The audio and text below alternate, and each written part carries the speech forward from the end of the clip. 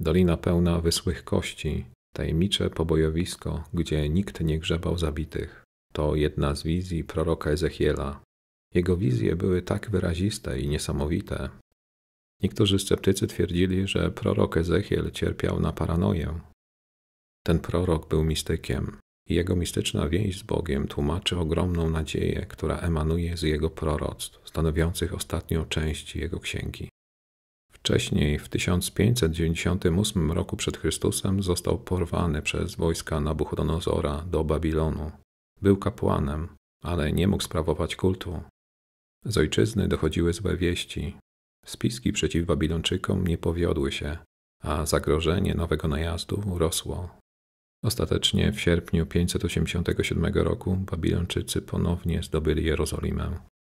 Tym razem spalili świątynię, jedyne miejsce składania ofiar, i dokonali deportacji ludności. Rok później prorok stracił żonę, która zmarła nagle. Jej śmierć była dla niego symbolem śmierci narodu. 6 lat wcześniej Ezechiel otrzymał powołanie prorockie.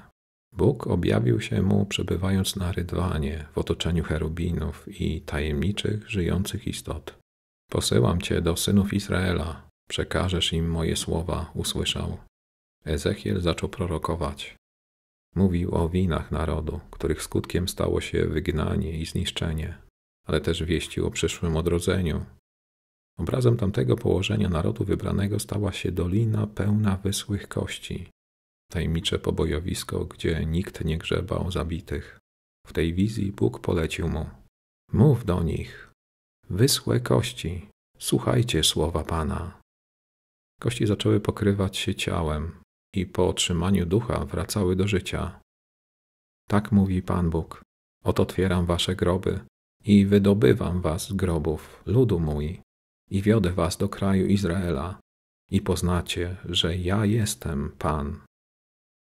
Ta wizja niesie za sobą ładunek nadziei na odzyskanie wolności i że ostatnie słowo w ludzkim życiu nie należy do śmierci, lecz do Boga, który jest życiem i dawcą życia.